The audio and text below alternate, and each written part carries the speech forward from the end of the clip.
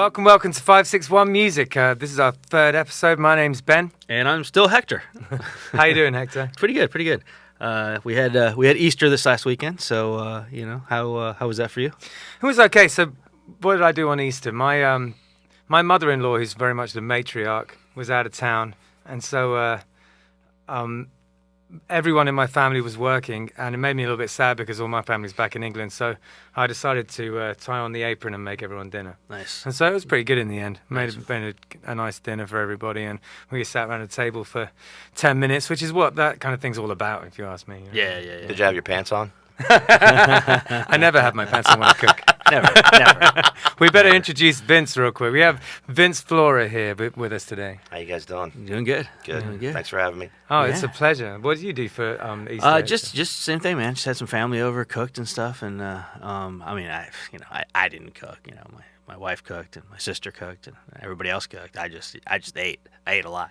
But I do have a quick funny Easter story for you. Yeah. Many years ago, when my kids were a lot smaller, City of West Palm Beach used to do these big Easter egg hunts and stuff, and so we went to one of them at one of the local parks, and we went there, and the kids were doing their Easter egg hunt and stuff, and then all of a sudden somebody came out in this giant Easter bunny outfit, like bunny suit, and they came out and they're hopping along or whatever, and it happened to be that it was my niece. She worked for the city and stuff for the Parks and Rec thing, and she came up, and my daughter, I want to say she was like 3 or 4, and my daughter was real hesitant, with the Easter bunny was so big and everything. She was real hesitant and stuff. So my niece, in her infinite wisdom, thought that she was going to take her bunny head off and show her that she was who she was, and she takes the bunny head off, and my daughter breaks out crying hysterically, terrified, and she starts crying. My niece's name is Tabitha, and my daughter starts crying, the Easter bunny ate Tabitha. That's great. So yeah, so that was my that was my Easter fun story for I don't think I ever believed in the Easter bunny. I think my parents tried to make me believe in it, but I'm pretty sure Father Christmas for sure. I think my parents told me that we ate the Easter bunny at one point. I don't know. Yeah, we grew up eating rabbit stew. Yeah. Where I'm from, so rabbits and squirrels. So That's awesome. All right, so we have Vince Flora here today. Welcome, Vince. Thank you. Vince is a stalwart of the Jupiter music scene, both as a musician and an event promoter and club owner, and without him, Avid bike rider. and avid bike rider. And without him, I think a lot of With the fantastic motors. bands wouldn't have played down here. It's a very important part of the musical community, so we had to have him on. I'm glad we got you on early. It's fantastic that Cool. you're here. Thanks for having me again. Yeah, no problem. So I guess I have a bunch of questions that I ask everybody, and one of the things that I was wondering is, did I need to doctor them because you're a at this point, you could say principally a club owner, but you're also a very accomplished musician, so I feel like the questions still apply. And the first question I have is, why did you start first playing music? What was the thing that got you into it? Well, it's funny. That's funny you asked me. In New Jersey, I grew up in a little town called Barrington, and I was about 200 boys, 200 girls in my school, my grade school. So I was in 3rd grade, and the New Jersey State Choir was coming around looking for kids to sing in the choir, and they brought us all to the piano. And at that point, I had never sang before. I mean, hummed or whatever. It never really sang. So. Anyway, they bring me to the piano, make me sing a scale, and then they modulate it, and they do all these things, try to trick me. Yeah. And I followed them, I guess, to the T. And so, a few weeks went by, and my mother called me and said that the choir had selected me to be in the choir. I was their first choice out of all the boys in my school. Oh, fantastic. So it was myself and another girl. So my mom said, you going to sing in the choir? I said, oh, no, Mom, I'm not singing in the choir. That's gay. Back then, it was like probably 75, and you could use the word gay. So anyway, my mom said, "Vinny, you're going." My mom was tough. She was real tough. She had 5 boys. By the time she was 21, and she didn't take any shit from anybody. So she said, "Vinny, you're going to go sing in this choir, and you're going to try it, and that's it." And then, if you don't like it after a while, we'll talk about it. She says, but this is a great opportunity. If you've been selected, this guy says you are good. So I did. I sang in the choir for 6 months. My mother drove me from Barrington to Trenton, which is about an hour ride every week on a Wednesday night for 2 hours, and she sat with me. My mother had 3 jobs at the time. Yeah. So she had 5 boys, and she took the time to do this every Wednesday night. And I ended up being a soloist in the choir. Right. Within like 3 months, I was doing all the solos. Really? So and the choir was singing German arias, French, all different languages, and I was actually learning, music and language at the same time. Sure. And intervals, which was really probably the most helpful part, was learning intervals. Yeah, I did this stuff too. Yeah. So I didn't realize what I was learning at the time. But it really was important to me, for sure. And instrumental with my career. And then my great grandmother had 13 brothers and sisters. They were from Virginia, and they were like real southern, rednecks, whatever you want to call them, hillbillies. Okay. So they all played instruments, banjos, gut bucket, cool. fiddle. My great grandma played the spoons. Oh, really? So every Sunday we'd go to my great grandma's house for Sunday dinner, and we'd go there about 1 o'clock after church, and then she would play the spoons, and she'd always give me her husband, my great grandpa's harmonica. Right. So I'd play the harmonica, she'd play the spoons, and cool. She used to wear like an old muumuu, and she'd hike it up and play it on her leg, fantastic. And it was hilarious. And, That's amazing. So that's how I really got into music. I think it was the family kind of. My great-grandfather on my father's side was from Italy. Yeah. He played harmonica, and he played accordion. Yeah. So I had my great-grandfather's harmonica from Italy, my great-grandfather's harmonica from Virginia. Right. So they were. My great-grandfather's harmonica from Italy was a stacked accordion-style harmonica where it played like an octave. Oh. Yeah. So there was 2 holes. I don't know what they call the damn thing. It's called a chromatica, I think. Okay, yeah. It's not a chromatic harmonica where you can actually change the pitch with the lever. Right. But it's like 20 holes, and they're stacked. Right. It sounds like an accordion. Wow. So I play really his cool. once in a while. Yeah, that's really cool. And it's so funny when someone plays the harmonica. You always favor certain notes if you're not real accomplished, or even if you are. Sure. You favor certain notes. Like a guitar, you can see where the guy played. Yeah. Well, harmonica, when you play it, the notes that are favored by the player before you can always kind of tell those notes because the harmonica is much easier to play on those notes. The reeds are broken in more. Yeah, so you can almost kind of play what they played to a certain degree. You know what I mean? Yeah. You can feel it, So that was pretty cool. It got me interested in harmonica and music, and that's kind of where I started, really. Yeah. That's fascinating. A friend of mine was asking me about harmonicas the other day, and I immediately thought of you because there aren't that many people around who are really very good at it, and it's in a way it's like singing because almost becomes a part of your body. You know what I mean? It's right up in there in your mouth, and it's very visceral.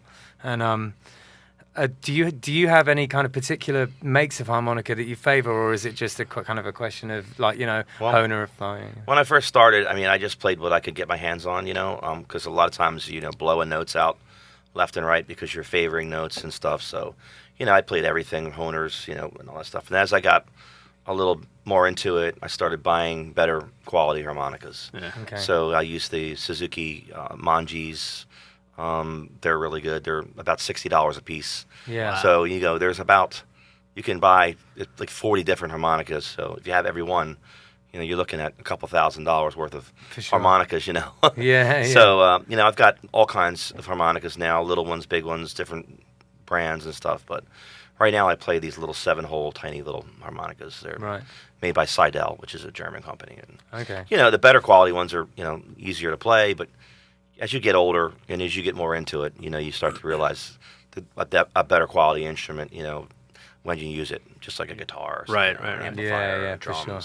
So, and I always like to buy the better stuff, so because it lasts longer. And as you get older, you start to figure that stuff out. So with harmonicas, are you at a point? Are they inherently disposable, or can you change parts out? Or when they break, do you just get another one, or do you have to? You can change parts on some of them, but a lot of times you just buy another one. Right. Yeah. That's what I thought. I don't really blow harmonicas up like I used to blow them up when I first started. Yeah. When you blow them up when you first start, it's because you're using the same phrasing or the same scale or the same run over and over, and That's you're me. overblowing on a note, and then Yeah. that note goes, Yeah. You can fix it. There's guys that can do it. You have to bend the reed and all that crap, but Right. I just get another one. And then of course you get so much Jack Daniels in there and chicken pieces that it just Chicken like wings. sticks the thing together. That's funny. Who would you say your early who are your influences in general? Would you say musically? People who excited you when you first got into music? Well, my father was a doo-wop singer, and he sang like fire barrel type singing around a corner harmony, almost like a barbershop quartet, but the Italian version of that. Okay. And we always listened to stuff like Frankie Lyman and the Four Tops and the OJs and Hall & Oates, and I'm from Philadelphia, so we listened to a lot of that old blue-eyed soul R&B stuff that came from that area. Yeah. So, and my father always had the oldies station on in the car. My mother did. My mother was a phenomenal singer. So was my dad. Right. They both had amazing pitch. I remember Yeah. listening to them. I was like, God, my mother could sing. She could sing in any band, Yeah. And my father was really good too. So, I mean, that was a big, influence for me, listening to all that oldies stuff from the 50s, and stuff like that. And even Frank Sinatra, and Dean Martin and stuff. Right. Because that was always on, for Christmas, Sure. So, I was a big influence. And then as I got older, say 12, 13, 14, I started listening to classic rock. Right. So, and then I got into some blues. So, listening to The Doors and the Rolling Stones' first album, which was all blues, Yeah. and the Doors albums were all blues. Yeah. They all stole all that, or borrowed all the old Muddy Waters stuff and Willie Dixon stuff and all Yeah. that. So then, I started listening to Willie Dixon because of that, Okay. listening to Little Walter because he was a harmonica player. Yeah. Um, Yeah, I didn't know what your route into the blues rock was, and it makes sense it would be through that kind of early Yeah. classic rock. Yeah. Yeah, classic rock, and then the bridge from that, knowing that they used a lot of those songs and they became famous because of those songs and remaking them, Yeah. So that was kind of what got me playing that, and then the blues was easy to play, so that's what I did. Yeah. A lot of fun as well. Yeah. Great fun. So So this is a question that I ask the like all the musicians that come on, and I don't know. I just find it fascinating to ask people this because everyone has a different answer. Do you practice still? you know what? I really don't. Not right now. No, I don't. Right. Yeah. I take my harmonicas out and I'll fart around a little bit. I went to school. I went to college for music for like 2 years. I took guitar lessons when I was 12, 13, 14. Never took any harmonica lessons. I just listened to players and emulated what they did. Never spent any time learning the notes at all. No freaking clue what I'm doing. Right. Well, I'll tell you what, it doesn't show. That's awesome. And the guitar, I play guitar. I know chords. I know how to play the guitar, and I've got pretty good rhythm with my hands and stuff. Yeah. But practice, when I go to a gig and play, I mean, that's kind of what I consider my practice anymore.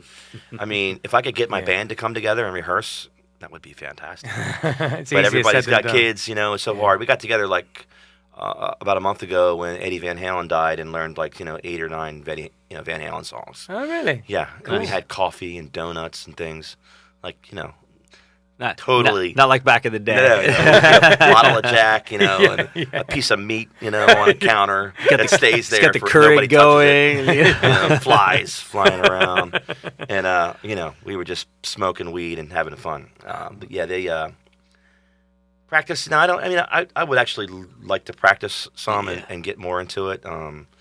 But honestly, I just my whole life never really did it. Well, I you just guys played have been so much. You guys have been Yeah. together for what, 15 years or something now? Yeah, I've been with Gary, my guitar player, for Yeah. 28 years. Yeah. I've been with Mike and Brad for almost 16 years now. Yeah. So yeah, I mean, and we were playing, 7, 8 gigs a week for a long time. This is Yeah. the band I'm in now, Big Vince of the Phat Cats. Yeah. So we're like autopilot when we get on stage, Sure. and I can go back. We've learned probably 400 songs over the years. Sure. So we tend to play the same ones, but every once in a while, I'll go back and pull out 6 or 7 new ones on a gig, you know. Right. So Yeah. I never write a set list ever, you know. Right, yeah. I just look at the people and I see what color their hair is. Yeah. And I figure out what they want to hear. So, yeah, I don't really. So, but I bring those songs back, and my guys, none of them drink or anything anymore, so they remember everything. Yeah. Yeah. So they know all the songs, and That's great. And I actually stopped drinking when I play now too. I don't drink when I play or Yeah. anymore because I enjoy it. I like being I like being focused. I like being aware. You know, back in the day, it was just I think it was my nerves were shot.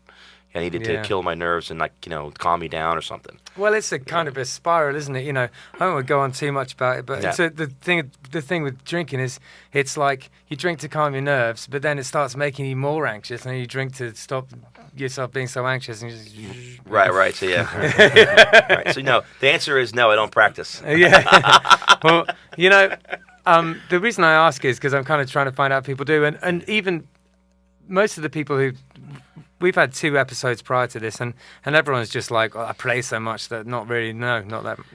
Mm-hmm. I found that after things we've kind of broached the subject anyway, I found that after I stopped drinking, I did start practicing again because I was like, like I can actually play better, and I was excited by it. And so I had a brief period where I was practicing loads because I was just straight up enjoying it. I was bored probably. Well, yeah, it was the pandemic. So it was like the middle of the pandemic. What do I do with myself? I'll learn another song. I know, yeah. I was doing that thing where I was like learning Richard Thompson songs and like posting them on Facebook and stuff. Cool. Yeah. All right. So let's get into your. Before we do that, let's talk a little bit about Hellhounds. When did you start that band? Started that band in 2001 or 2, I think. Right. I met this guy Johnny B. Miller, who was a really great guitar player, and I forget how the hell we met, but we met and maybe at a gig or something or a show, and we started talking about music and stuff, and he was really into the Delta blues stuff, so R.L. Burnside and T Model Ford, all the Fat Possum record stuff, which was pretty cool stuff. It's real rudimentary, hill country stuff, 1 chord, 1 note, drones, Sure. And he played slide guitar. He was a really great slide guitar player, and so we started writing. I'm a writer. I'm a lyricist. I've always written since I was a little kid. I have our family has schizophrenia in our family, so one of the ways I dealt with the onset of it when I was like 18, 19 was to write. So I would have dreams every night, really vivid dreams, and I would wake up right after I dreamt, and had a book next to my bed, and I wrote my dreams. Free form, never really thinking about making it into a song, just writing what I can remember, because you remember bits and pieces of dreams. So just write all that stuff. So I wrote books and books of words and stuff. Right. So Johnny and I got together and we started writing tunes, and we wrote 10, 12 tunes really quickly. So then we made a little demo recording, and at the time I met Johnny, we both were married, and we were so dead set on becoming famous and making it that we basically assumed the mental position of a rock star. So we decided to psych ourselves into thinking that we were going to be rock stars. So started acting like rock stars. Right. Yeah. Start drinking like rock stars. Start doing everything that rock stars do, and then you're going to be a rock star. So and here we are. I'm 30. I was 36 years old, 37 at the time. Johnny was like 40. And so we both got divorced. Our wives were like, had it with us. So we were getting, I was going down, I had to see my divorce lawyer in West Palm Beach, and I had $3,000 cash in my pocket. And that was what I was going to give to my divorce lawyer at the time to get my divorce final. I got divorced in like 2007, and my wife and I bought a house together in 2001 for $110,000. The house was worth $450 when we got divorced. Yeah. So we had some money, thank God. But I wasn't divorced yet, so I didn't have any money. I'm running all over the country recording and having fun playing with these guys. Yeah. So anyway, I have some time to kill, so I stop at the amp shop down in West Palm. Yeah. Great place. And just look at some gear and stuff like that. With the $3,000. With the $3,000. See, this is dangerous. I can see where this is going. So this guy walks in the door. It's like 3:00 in the afternoon. This guy walks in the door with this old bass guitar case that says Gibson on it. Big square box. So my eyes go like this, and I look. I'm like, whoa, what's that? So he goes up, puts it up on the counter, and he opens it up. And I hear Barry back there who runs the amp shop. What you got here? He's like, I got this bass guitar that my dad got from some guy, and I want to know what it's worth. So it's a 1966 Gibson Thunderbird, non-reverse, nice. Fire, tobacco sunburst, whatever, beautiful bass guitar. So Barry says, let me see, let me look at it. She looks at it, she turns it around and everything. I'm looking at it, I'm like, damn, that's a nice bass. I don't even play bass guitar, okay? So I said to the dude, I woke up, I said, hey man, I'll give you $3,000 for that bass right now.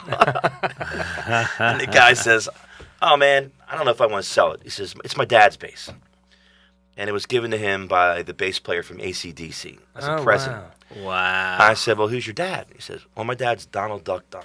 Right. Wow. So I basically just dropped to my knees and just bawling. I couldn't believe it. Because, I grew up playing all his shit, all that Blues Brothers, Booker T and the MGs, all that, everything that Motown, not Motown, the Stax recording stuff. I loved all that stuff.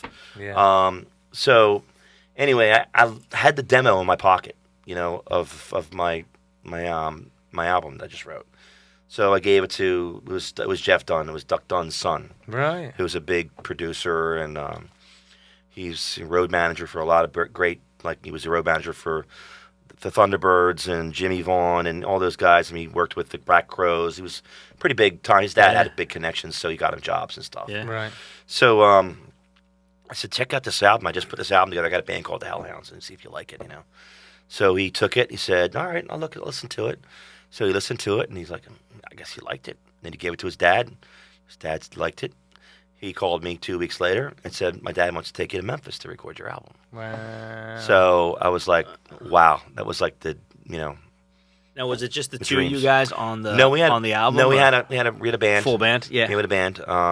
We had Bill Meredith on the drums, who was the writer for the Palm Beach Post, entertainment writer, but he's a drummer too. Right. And I had this guy named Ron Rubbage from Kansas City, who was our bass player. He was a phenomenal bass player. Right. Rubbage, that's a great last name. Ron Rummage. Oh, Rummage. Rummage. I thought you said Rubbage. Rubbage, no. I was like, what a fantastic last name. You can use that if you want to, Rusty Rubbage. I like it. It's a new stage name. Yeah, as soon as you get, some warrants out for your arrest, you can change it. Yeah, exactly. But so he called me and we went to Memphis and recorded 4 months later, and we used their drummer. We used Duck Dunn's drummer to record because our drummer was really not that great, and this dude was smoking good. And so we used him. We used my bass player who was really good, and then we went and recorded at Ardent and mastered with a guy named Don Nix who mastered all of Santana's shit and everybody. Right. This guy was the man. And it was great. We had a great time. The album came out. We were on the House of Blues radio hour with Dan Aykroyd. We went international. We were getting ready to go on to David Letterman. Yeah. And Become rock stars. Yeah. My guitar player and I got in a massive fight, and we broke up. God damn. That was it. Oh, man. That was it. Yeah. And then I get my $35 check, every quarter from BMI, for my royalties. Wow.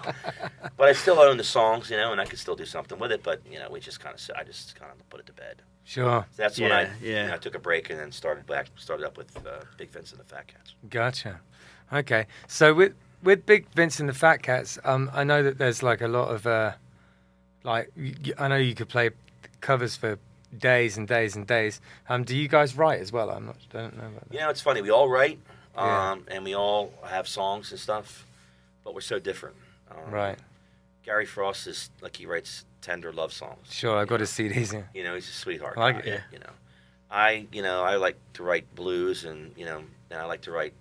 I write love songs too, believe it or not. I like to write ballads. I love to write ballads, but I won't play them for anybody because.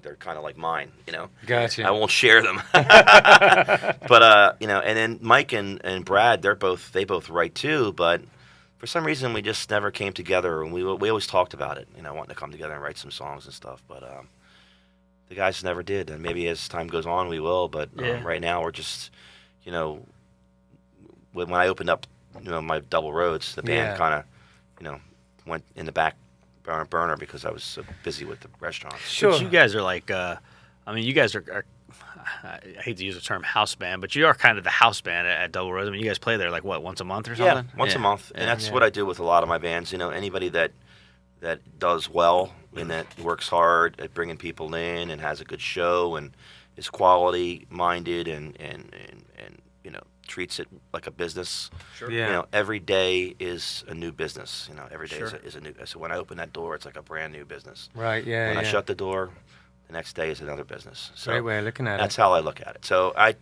every day, every band that I book, I look at the numbers, I look at the way that they are stage, the way they treat people, the way that they interact with their clients, which people are there to listen to them. Yeah. And I always tell everybody that works for me, your band is your business, and these people, they're here because they like you. Get out there and talk to them.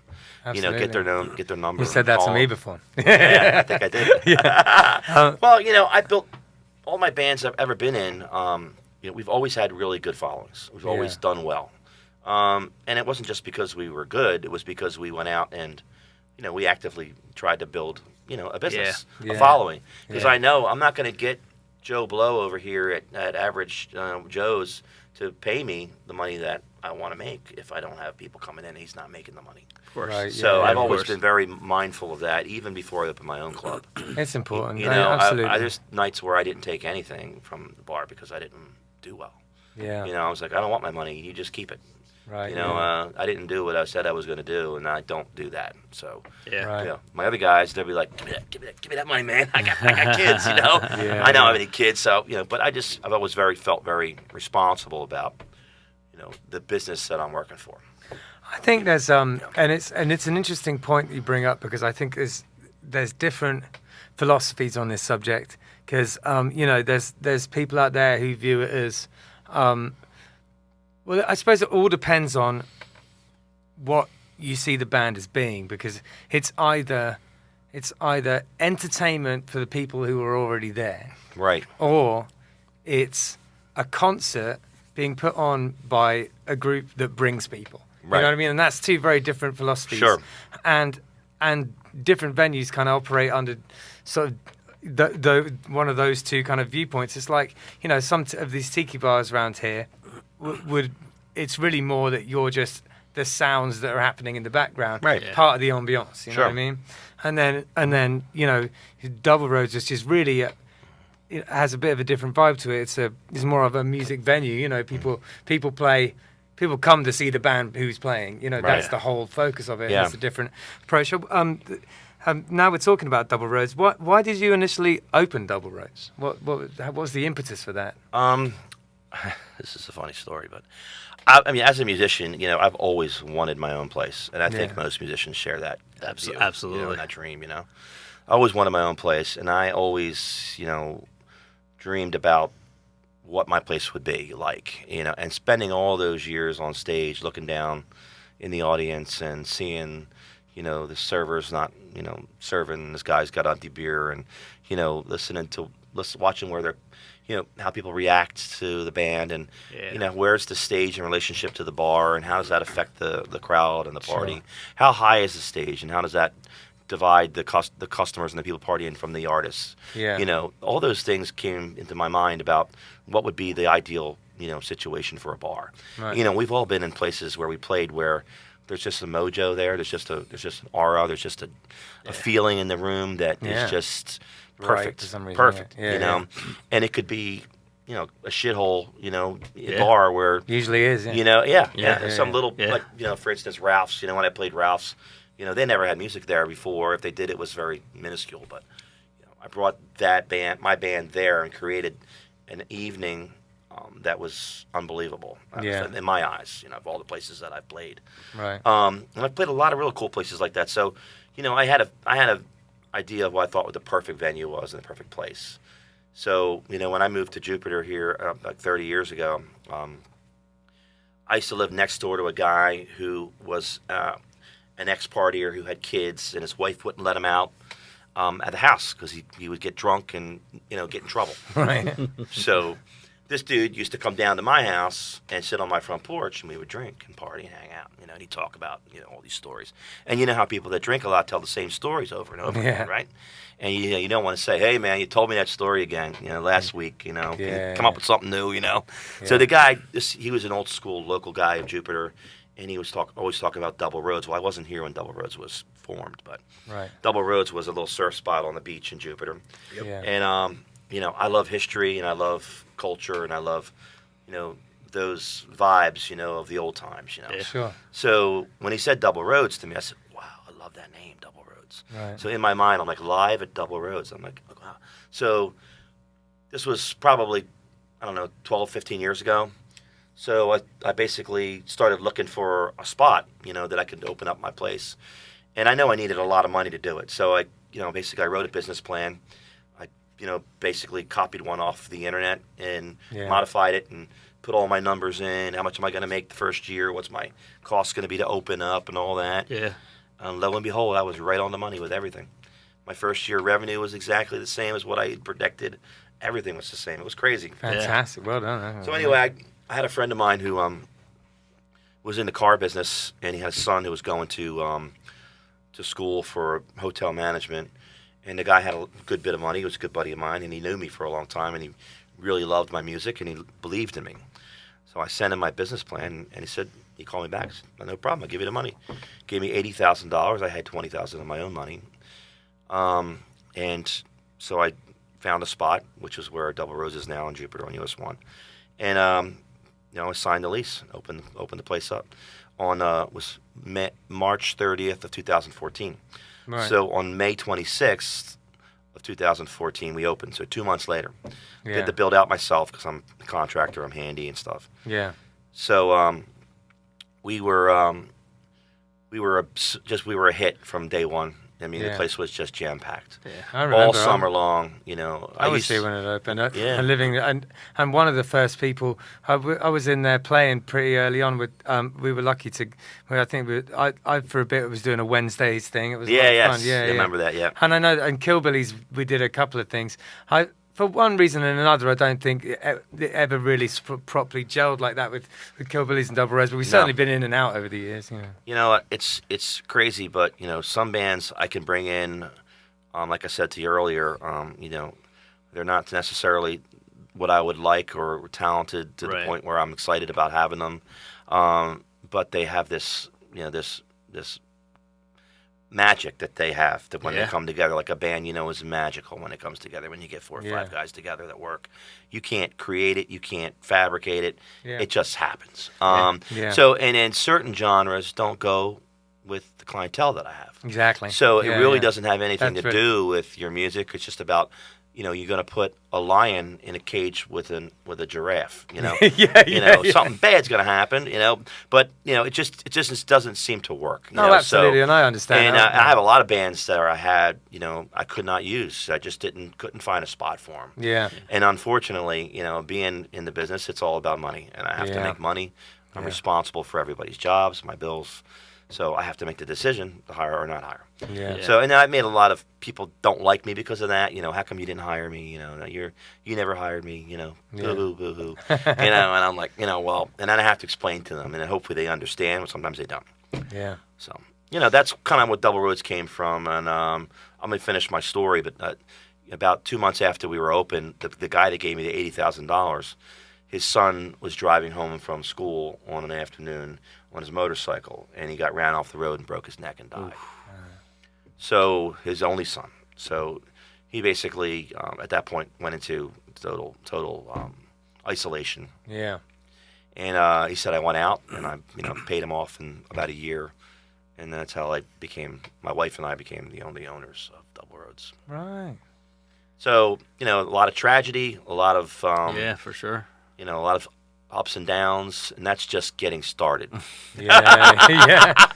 Right. But from the beginning, it was magic, and it was tragic. But that's the way it goes. So pretty much everyone knows now that you're looking to close the doors on the place. What are the how come?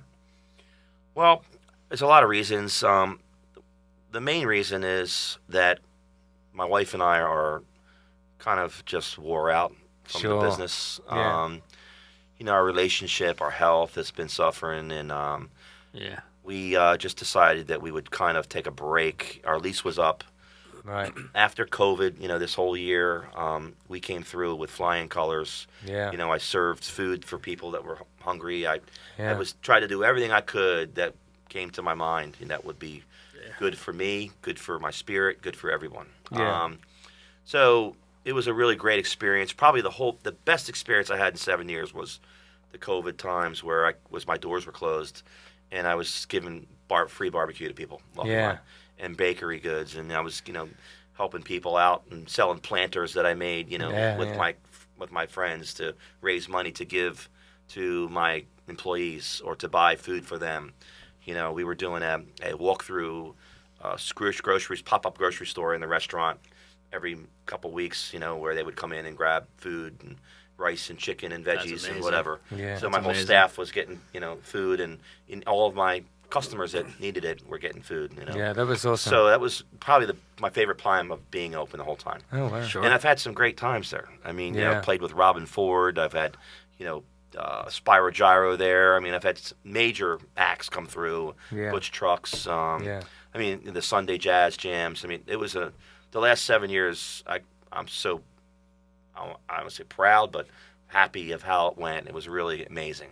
Yeah. And it was a roller coaster ride. There was times where I was just like, where am I going to get the money for payroll? Why am I going to do this? Yeah, for sure. And borrowing money from my buddies. Give me 10 grand. Here's my guitar. Hold this. I'll give you the money back. Give me the guitar back. Yeah. So there was a lot of ups and downs. So and the surroundings. The Jupiter is kind of changing. It's growing so fast, and the people that are coming in, I just don't know that I'm really interested about being around this situation that's going right now. Right. The neighbors, we have always had problems with parking in that unit. Yeah. Yeah. So the cops, the town, it seems like live music is under attack. In Jupiter.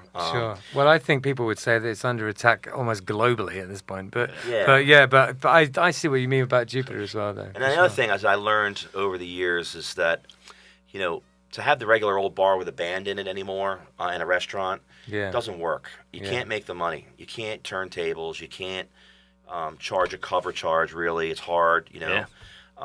So the new design that I have for a new venue doesn't fit the room that I'm in. Right. So I want a bigger room with a separate restaurant, a separate venue, where I can charge tickets to come in. So elevating the bands, elevating the experience, Right. Changing over tables every half an hour, so you can make money. Right. The restaurant bar business and the venue business together is a real tricky thing. Sure. It doesn't succeed very well unless you own the building and you have plenty of money and you're just doing it for fun, because you're not going to make a lot of money. Yeah. I'm telling you right now. Yeah. Well, So that's kind of why I'm stopping, and also taking a break. My wife's father is not in good health, so she wants to spend time with him. So there's a multitude Fair of enough. reasons, Well, I think that they're all perfectly valid, and I'm glad that none of them is just like, I'm just sick of it. It's not that. Like, I'll never be sick of live music, and Yeah. I'm talking to you now, saying I don't want to be in the business anymore.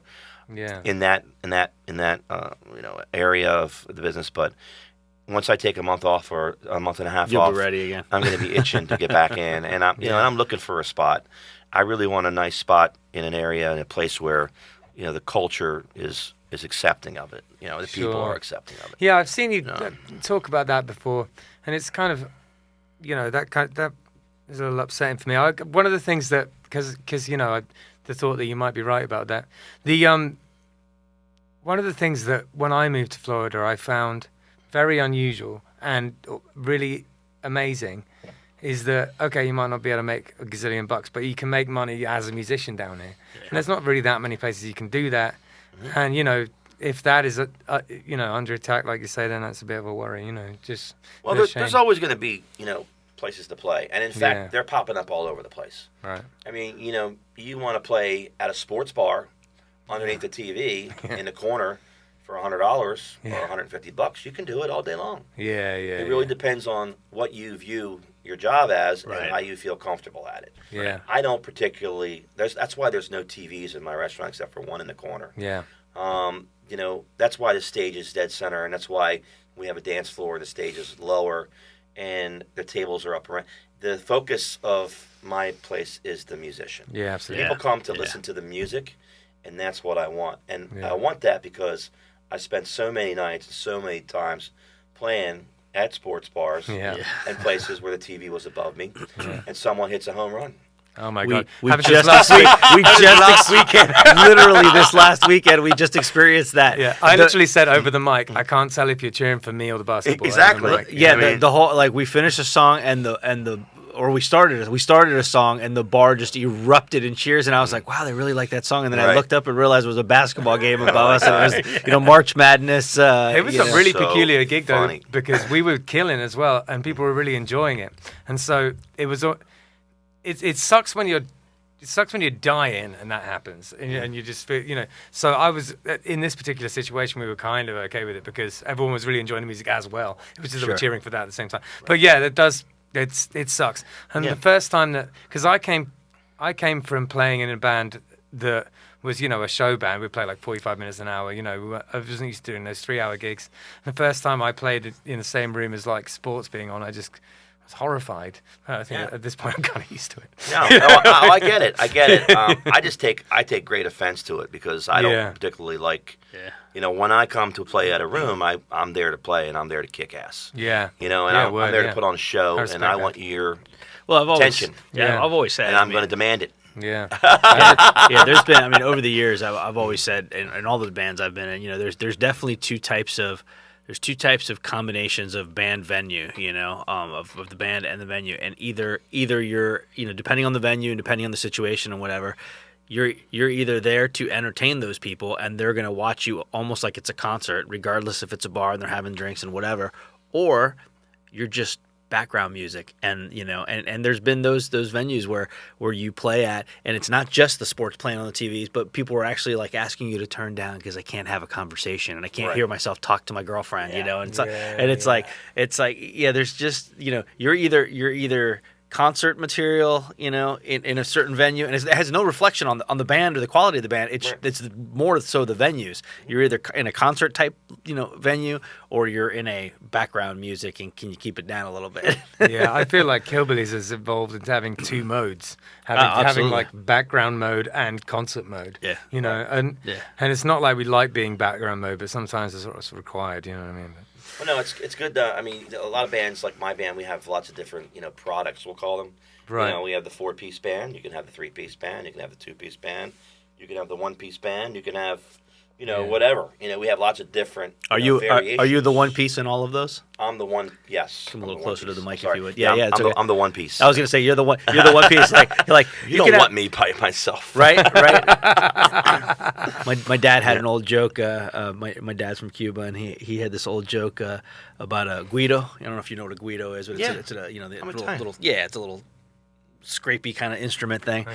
Didn't And know where you were going with that for a minute. yeah, and so my dad had this old joke where the guy's like, you know, I want to hire the band. It was like a 7-piece band, and it was like some obnoxious number or whatever. And then he's like, well, what about a 5-piece band? And he gives him a number, and it's a little bit lower, but it's still obnoxious. And he keeps working his way down. And finally, he's like, you know, and it's got, you know, each rendition of the band, it's like, you know, you got drums, you got this, you got that, and you got the guido. And then, you know, and then finally the guy goes, man, could you just take the guido out of it? Clearly that's the expensive part. And the guy's like, no, that's me. I feel like that's you in this situation. Yeah. I'm the Guido for sure. Yeah. You are the Guido. I've been called a Guido before. Jesus Christ. Yeah. That's funny. Yeah, cool. So, I guess the last question I have for you before we go and play some music together is who are your favorite acts that you've had come through Double Roads? Who's been real special for you in there? Well, it was really cool when I had Robin Ford come through, and that night was really awesome. It was I think it was St. Patty's Day, and Robin Ford came in and played. He was super cool guy, and and then that night, Jonathan Edwards was there, and I don't know if you know who he is or not, but he wrote that song, "Sunshine, Don't You Go Away." Oh, right, okay. Yeah. I'll be back Ah. tomorrow. And so he was there. Jonathan Edwards plays harmonica. She's really good at it, actually. Right. His daughter is a girl named Grace, and she's Emmylou Harris's daughter that he had with. Anyway, so Jonathan Edwards was on stage with Robin Ford. I was playing Juanita Dixon and Jeff Prine. You know who he is? Yeah. And then this other piano player from Philadelphia. It was just such a cool night. I mean, Yeah. we all were so different, and from different genres and different styles. But when we all came together, it was just unreal. It was so cool. That was a great time. Spyro Gyro, when they were there, that was great. Butch Trucks was just miserable. Right. Just a jerk. Didn't like That's him a at all. shame. But I think he was just so old that he hated everything. Just didn't care enough. Yeah. So crusty. He was like, Yeah. I can't stand Cranky. anything anymore. Cranky. Right.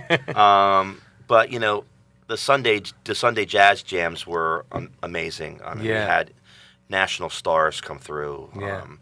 I've come Mary and watched those McPartland, before who and been does really piano jazz on this thing called piano jazz. She was there. I mean, I can't even remember half the people that came, but Yeah. it was for a while there. The Sunday jazz was so good. It was just mind blowing. The people Yeah. that were coming in. I mean, real jazz, not real yeah. jazz. Yeah, I mean, yeah. so talented. Yeah. And then the R&B guys came in and screwed everything up. Can I play, George Benson, which is jazzy, Yeah. but then they start singing, it's more pop Yeah. jazz stuff. Right. And then the blues starts creeping in, and then the jazz jam dies. Right. Because yeah. all the old jazz guys say it's not a jazz jam anymore. Right. Yeah. They ruined it, and that's what happened with my jazz jam. Right. And then COVID came, and jazz people, unfortunately, I mean I'm stereotyping, but they're older. They're an older crowd. Yeah. People Sure. that like jazz are old. Right, yeah. There's some young kids that like jazz. We got a lot of kids from. What about Austin Cluen? He kills on the saxophone. You remember Oh that kid? God, yeah, he was great. Yeah. And all those kids from Dreyfus who were coming in, Yeah, they yeah. were really good. I mean, Yeah, they yeah. were so good. Those kids are amazing. But For sure. they're very far few between, and the old guys to me are like the best guys. Yeah, yeah. The old jazz cats. They're the ones that know how to do it right. I taught that kid Austin over at School of Rock for a bit, and it was funny. It's like at a certain point, there was a point when I was better than him, Right. and then there was a point when I wasn't, and it just went like, it just went past me like that, and it was so cool to yeah. watch. But you can still teach someone if they're better than you. You just have to figure out ways to challenge them. You know what Sure. I mean? And so that's what I ended up doing. But it was just wonderful to watch him develop. I think I'm Yeah, telling you. it was wonderful for me too. Yeah. And that's part of one of my other favorite parts about Double Roads is the seeing the young kids come into themselves, into their playing, and they come on my stage, they're 12, 13, 14, and then now they're 20, 21, and they're playing in bands, and they're really good at what they do, and they're very serious about it, and Yeah. they have a lot of just a lot of passion for it, and that part I hope that I influence them, and help them. I think I did, Yeah. getting stage time when you're young is hard to get. That's huge. Yeah. It's huge and for to them. put them on a stage, and I did that a lot with a lot of kids. Yeah. I mean, I threw them to the wolves, man. And they either sank or swam, and a lot of them did pretty well. Yeah. So I mean, a lot of them are out, playing. Like Jake Walden, he's doing great, and he's one of my little prodigies. And Yeah.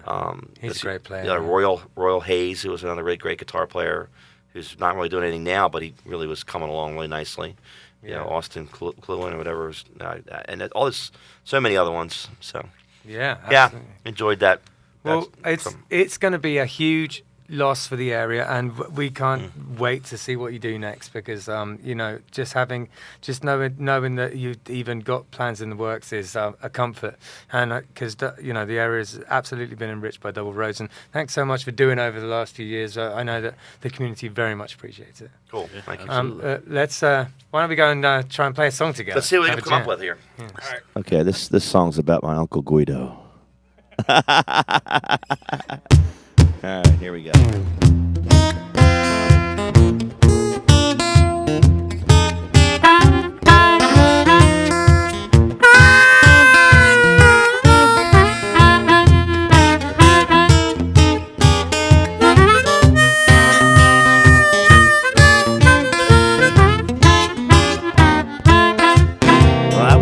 Cuba, baby. Try to get me a job. I went down to Cuba, baby. Try to get me a job. But they didn't like no Italians down there, baby, 'cause we didn't have from the mob. I came down in my boat, just a rowing away. I came down in my boat, just a rowing away. It took me 69 and 1/2 days. I said, blow, blow, blow, blow, blow, wind. Blow, blow, blow, baby. Blow, blow, blow, south wind. I gotta get there soon, 'cause I'm about to run out of gin. My name is Guido. I'm an Italian man. My name is Guido, baby, and I'm Italian man. But I just look like all you Cubans down here in Cuba land.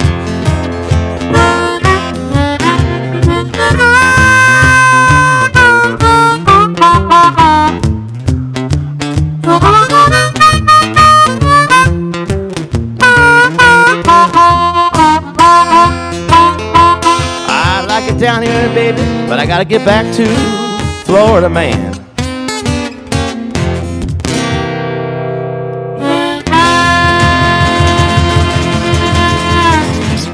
Pass the olives, would you? That was pretty amazing. You got to get up there and play as well, which was fun. I'll take any excuse to play with Vince. He's Hey, Yeah, man. yeah, that was that was awesome. And you know, who doesn't love a song about a Guido and a Cuban, right? You know, I tell you, there's honestly There's a anything joke in politically there somewhere incorrect about that. A Guido and a Cuban walked into a bar. Oh wait.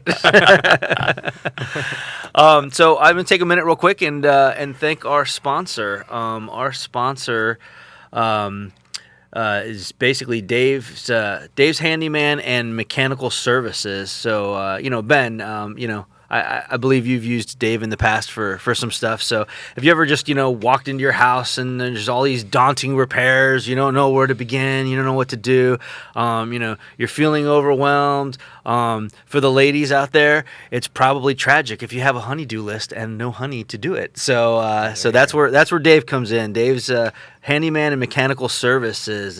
Dave can handle all sorts of home repairs. He does wood replacement, drywall. He does some you know, some light plumbing, electrical stuff. I think he just did some stuff in handlebars, didn't he? Yeah, he's done a fence in my backyard to split the garden in half. Did a wonderful job with that. Nice. He's built a big fence down in Palm Beach Gardens for me around a whole property, and also in the front of Handlebars, which used to be Judy's, which is a bar that my father-in-law and I and some others have reopened. He's built the deck out front, so if you want Nice. proof of his work, go to Handlebars and check it out. It's where Yeah. the bands are going to be setting up, right there in the front of the building. And if you can't get Dave, you can call me, Big Vince, Big Vince's Handyman Service, because I'm going to be out of work soon, and I'm going to need something to do. Big Vince will be closing. I have tools, So, and give I'll play Dave- harmonica for you. Give Dave a call, 561-671-9273. That's 561-671-9273. If you're listening, if you're watching the podcast, we'll splash the graphics up on the screen. It'll have the phone number. You can also reach him at davelhandymanservice@gmail.com. I can promise you that he's a man of his word. He shows up on time and does his work well. Yeah, just let Dave handle all that stuff for you and do all your home repairs, and then you won't have to. I know I hate doing it, and I will actually be calling Dave probably tomorrow because I have a list of things that have been tasked to me by my wife that if she's listening, I swear I'm going to do it, but I'm not going to do it. I'm going to call Dave, and I'm just going to have Dave do it, so that's that. So, yeah, give Dave a call, guys, and we thank him enormously for sponsoring this episode. You know, that's very awesome. And if anybody's listening out there and you want to sponsor an episode, shoot us an email, hit us up on Facebook, send us a private message, smoke signals, whatever you want to do, and sponsor an episode. So far, the episodes have been doing really well, and our sponsors have been getting contacted. So that's a good thing. Totally. Yep. So we usually finish this up by talking about things that are happening this weekend. Do you have a list there, Hector? I do, and I gotta, as usual, put on my eyeballs because I'm getting old, and it's getting to that point in my life. Actually, this weekend, since Vince is really Vince and the Phat Cats, and big Vince and the Phat Cats. He don't really have any shows this weekend per se. I figured I would take this opportunity to kind of plug the shows you have at Double Roads this weekend. Yeah, So Friday 5:30 is the Leafy Greens, which incidentally will be on our podcast here in a few weeks. Yeah, they're great. 9 p.m. Bombshell. They're pretty amazing. I've seen them. Saturday 5:30 Scott Benge, is it? Okay. Scott Benge at 5:30, and then at 9 p.m. The Groove.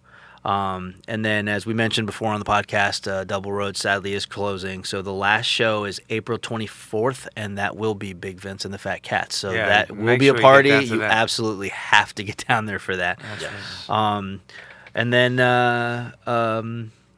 Killbillies. We always mention Killbillies. So Friday we're at Brick and Barrel full band, and Saturday we're at Walking Tree Brewery full band. Sunday Ben will be at Handlebars.